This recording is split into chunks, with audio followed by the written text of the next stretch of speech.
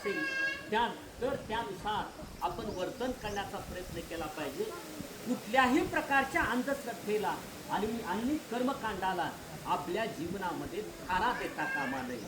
म्हणून गौतम बुद्धाने जे काय मानवीय तत्वज्ञान मांडलेलं होतं त्याला अनुसरून आज जगातील 1/3 लोकसंख्या म्हणजे 100 माणसं असतील तर जवळपास 30 ते 35 माणसं ही बुद्ध धर्मीय लोक आहेत. तर बुद्ध हा एक शांततेचा विचार आहे, माणुसकीचा विचार आहे. त्या विचारापासून तुम्ही आम्ही प्रेरणा घेण्याचा प्रयत्न केला पाहिजे. कुठल्याही प्रकारच्या कर्मकांडामध्ये, अंधश्रद्धेमध्ये आणि असहिष्णुतेमध्ये आपण आपलं जीवन व्यर्थ घालवता कामा नये. ते माझं जीवन सुखी समाधानी झालं पाहिजे. माझ्या घरातील, माझ्या शेजारच्या, माझ्या गावातील, माझ्या जातीतील आणि समग्र देशातील, आंतरराष्ट्रीय पातळीवरील अखिल मानव जातीचं जीवन हे सुखी समाधानी बनलं पाहिजे. तशा प्रकारचा सभ्यतावादी, सुसंस्कृततावादी दृष्टिकोन आपल्या मनात निर्माण झाला पाहिजे. आणि गौतम बुद्धाच्या विचारापासून प्रेरणा घेऊन आपण सहिष्णू, शांततामय, मानवतावादी, समतावादी समाज निर्माण करण्यासाठी प्रेरित राहिलं पाहिजे. आज आपण 1 मे हा महाराष्ट्र राज्याच्या स्थापनेचा दिवस साजरा करत आहोत. हे मराठी भाषा ही खरं तर अत्यंत कौतुकास्पद म्हणजे अत्यंत मिठास आणि अत्यंत अर्थपूर्ण स्वरूपाची भाषा आहे असं मानलं जातं. आपण विचार करताना, आपल्याला स्वप्न पडताना मराठीमध्ये आपण विचार करतो. स्वप्न सुद्धा मराठीमध्येच आपल्याला पडतात.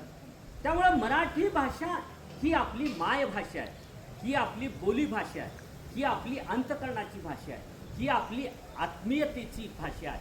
म्हणून या भाषेचं संवर्धन करण्याच्या प्रयत्नामधून महाराष्ट्र राज्याची मागणी आली. जे जे मराठी भाषिक आहेत त्यांचं स्वतंत्र असं राज्य निर्माण झालं पाहिजे. या जाणीवेतून जी संयुक्त महाराष्ट्राची चळवळ चालवली गेली त्याचा परिणाम म्हणून आपल्याला महाराष्ट्र राज्य हे स्वतंत्रपणे स्थापन करता येऊ शकलेलं आहे.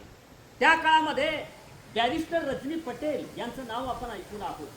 कुणी लोकनाट्यामध्ये सुद्धा एखादी महिला काम करण्यासाठी तयार होत नव्हती, परंतु बॅरिस्टर रजनी पटेल यांची पत्नी म्हणजे त्या काळामध्ये संयुक्त महाराष्ट्राच्या चळवळीचं आंदोलन करत असताना म्हणजे अण्णाभाऊ साठे असतील, शाहीर अमर शेख असतील आणि बॅरिस्टर रजनी पटेल असतील, या तिघांची त्रिमूर्ती संयुक्त महाराष्ट्राची चळवळ ही अत्यंत महत्त्वपूर्ण स्वरूपाची मांडली जाते. या लोकजागृतीच्या कार्यामध्ये बॅरिस्टर रजनी पटेल यांच्या पत्नीचा सुद्धा सहभाग राहिलेला होता. अनेकांचा सहभाग आहे. आता सरांनी सांगितलं 106 लोकांना आपलं बलिदान संयुक्त महाराष्ट्राच्या निर्मितीसाठी द्यावं लागलेलं आहे. त्यामुळं आपला महाराष्ट्र, आपली महाराष्ट्राची संस्कृती, आपली मराठी भाषा त्याच्याबद्दलचा स्वाभिमान आपण जोपासला पाहिजे आणि आपला महाराष्ट्र अधिक सुखी, समाधानी, समृद्ध कसा बनवता येऊ शकेल या अनुषंगानं आपण प्रयत्नशील राहिलं पाहिजे. मी कुठल्या तरी खेड्यातला आहे, मी कुठला एकदम गरीब आहे, मी काय एक शिक्षक आहे, मी कुणीतरी ड्रायव्हर आहे, अशी न्यूनगंडाची भावना आपण मनात बाळगता कामा नये. मी महाराष्ट्र संस्कृतीचा आणि मराठी भाषेचा अभिमान बाळगणारा एक कार्यकर्ता आहे, माणूस आहे. या जाणीवेतून तुम्ही आम्ही मराठी आणि महाराष्ट्र संस्कृती जोपासण्यासाठी, ती वाढवण्यासाठी प्रयत्नशील असलं पाहिजे. तिसरं म्हणजे आज आपण आंतरराष्ट्रीय कामगार दिन साजरा करत आहोत. म्हणजे रोझा लक्झेमबर्ग यांनी अमेरिकेमध्ये कामाचे तास 8 तास असले पाहिजे. दर आठवड्याला सुट्टी असली पाहिजे. महिलांनाही तितकंच वेतन असलं पाहिजे आणि पुरुषाला सुद्धा समान वेतन असलं पाहिजे अशी मागणी केली. त्या मागणीमध्ये प्रमुख 2 मागण्या होत्या. 8 तासाचा दिवस असला पाहिजे. महिला आणि पुरुषांना एकसारखंच काम करत असतील तर एकसारखाच म्हणजे पगार हा दिला गेला पाहिजे, मोबदला हा दिला गेला पाहिजे. म्हणून त्यांनी जे आंदोलन केलं त्या आंदोलनाच्या स्मृती प्रित्यर्थ आपण कामगार दिन साजरा करतो. आता सरांनी सांगितलं की महात्मा फुले यांनी त्या काळामध्ये जेवढे म्हणून समाजसुधारक होते त्या सर्व समाजसुधारकांनी केवळ सांस्कृतिक धार्मिक गोष्टीवरच आपलं लक्ष केंद्रित करण्याचा प्रयत्न केला होता. महात्मा ज्योतिराव फुले हे पहिले असे क्रांतिकारक आणि समाज सुधारक आहेत की त्यांनी आर्थिक प्रश्नावर आधारित समाजामध्ये आर्थिक जी संपत्ती आहे तिचं न्यायपूर्ण वितरण झालं पाहिजे. हे सर्वांना म्हणजे योग्य पद्धतीनं उपभोग करता येऊ शकेल अशा प्रकारची अर्थार्जनाची साधनं ही मिळाली पाहिजेत. म्हणून महात्मा फुले यांनी त्या काळामध्ये शेतकऱ्यांचा असूड हा ग्रंथ लिहिला. शेतकऱ्यांच्या दुःखाला राष्ट्रीय पातळीवरून वाचा फोडण्याचं काम केलं. जो कष्टकरी वर्ग आहे या कष्टकरी वर्गावर संपूर्ण समाजाचं पालन पोषण अवलंबून आहे. त्यामुळे कष्टकरी वर्गाला कमी लेखता कामा नये म्हणून महात्मा फुले यांनी त्या काळामध्ये कामगारांचे प्रश्न त्याच्याकडे कष्टकऱ्यांचे प्रश्न त्यांच्याकडे आपलं लक्ष वेधण्याचा प्रयत्न केला. त्याचा परिणाम म्हणून मुंबईमध्ये जे सूत मिल कामगार होते या सूत मिल कामगारांचं संघटन करण्याचा प्रयत्न महात्मा फुले यांचे अनुयायी नारायण भाऊ लोखंडे यांनी केलेलं होतं. आणि मग त्यांच्या नेतृत्वाखाली त्यांनी जे आंदोलन केलं त्याचा परिणाम म्हणून मग कामगारांचे प्रश्न सोडवण्याशिवाय उद्योगपती समोर कुठल्याही प्रकारचं गत्यंतर राहिलं नाही. 1942 ते 46च्या दरम्यान डॉक्टर बाबासाहेब आंबेडकर व्हाईसरॉय मंत्रिमंडळामध्ये श्रम मंत्री होते, मजूर मंत्री होते, ऊर्जा मंत्री होते, जलसिंचन मंत्री होते. म्हणजे आपला विश्वास बसणार नाही डॉक्टर बाबासाहेब आंबेडकरांसारख्या विद्वान पात्रताधारक आणि कर्तृत्ववान या राष्ट्रीय नेत्याकडे 20 खात्याचा कारभार त्याची जबाबदारी सोपवण्यात आलेली होती. डॉक्टर बाबासाहेब आंबेडकर म्हणजे कोळशाच्या खाणीमध्ये काम करणारे म्हणजे धनबाद असेल कुठं दिघा असेल यासारख्या ठिकाणी स्वतः ते तिथं त्या कोळशाच्या खाणीमध्ये जायचे. 2-2, 3-3 दिवस तिथं मुक्काम करायचे. त्या काळामध्ये त्यांना असं लक्षात आलं की रात्रंदिवस म्हणजे गोरगरिबांना राबवून घेतलं जातं, मोबदला मात्र अत्यंत कमी दिला जातो. म्हणून त्यांनी त्या काळामध्ये म्हणजे कामाचे तास हे 8 तास असले पाहिजेत. दर आठवड्याला सुट्टी असली पाहिजे. मालकाला जो नफा होतो त्या नफ्यापैकी काही हिस्सा कामगारांना बोनसच्या स्वरूपामध्ये आपण दिला पाहिजे.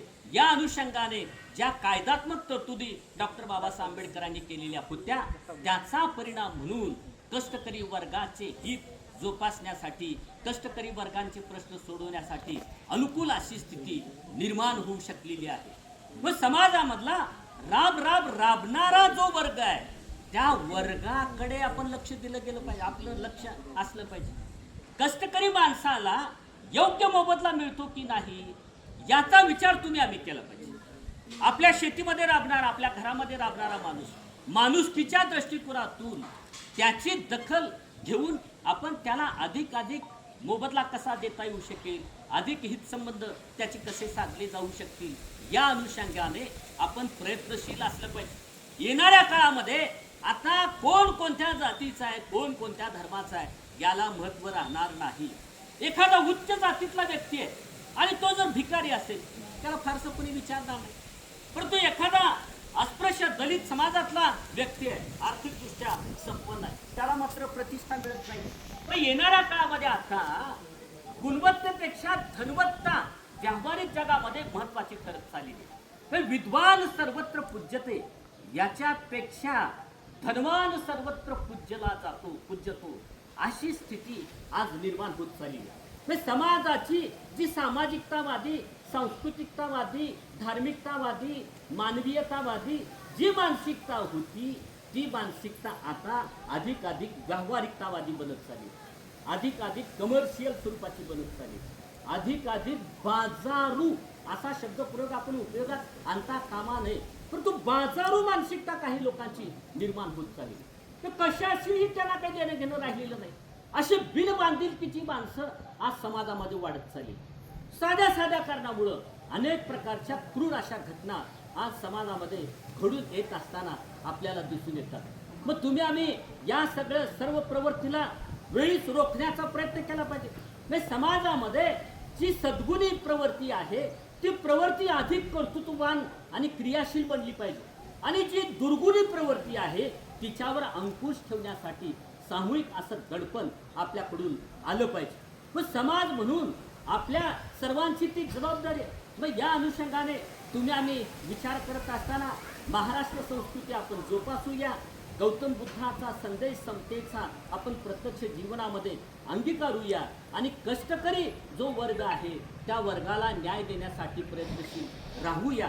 या अनुषंगाने आपल्या मनामध्ये जाणीव आणि भावना आजच्या या दिनाच्या निमित्तानं निर्माण झाल्या पाहिजेत. आपण हे सर्व काम करत असताना मी कुणीतरी अत्यंत कमकुवत आणि गरीब आहे अशी मानसिकता मनात बाळगता कामा नये. 1 मे संयुक्त महाराष्ट्राच्या चळवळीनं मला स्वाभिमानानं जीवन जगण्याचा अधिकार दिला.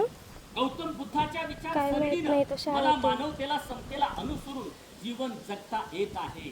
आंतरराष्ट्रीय कामगार दिनाच्या निमित्तानं कष्टकरी वर्गाचे प्रश्न सोडवण्यासाठी आपल्याला लक्ष द्यावं लागणार आहे. या जाणीवेतून तुम्ही आम्ही प्रयत्नशील असलं पाहिजे, क्रियाशील असलं पाहिजे.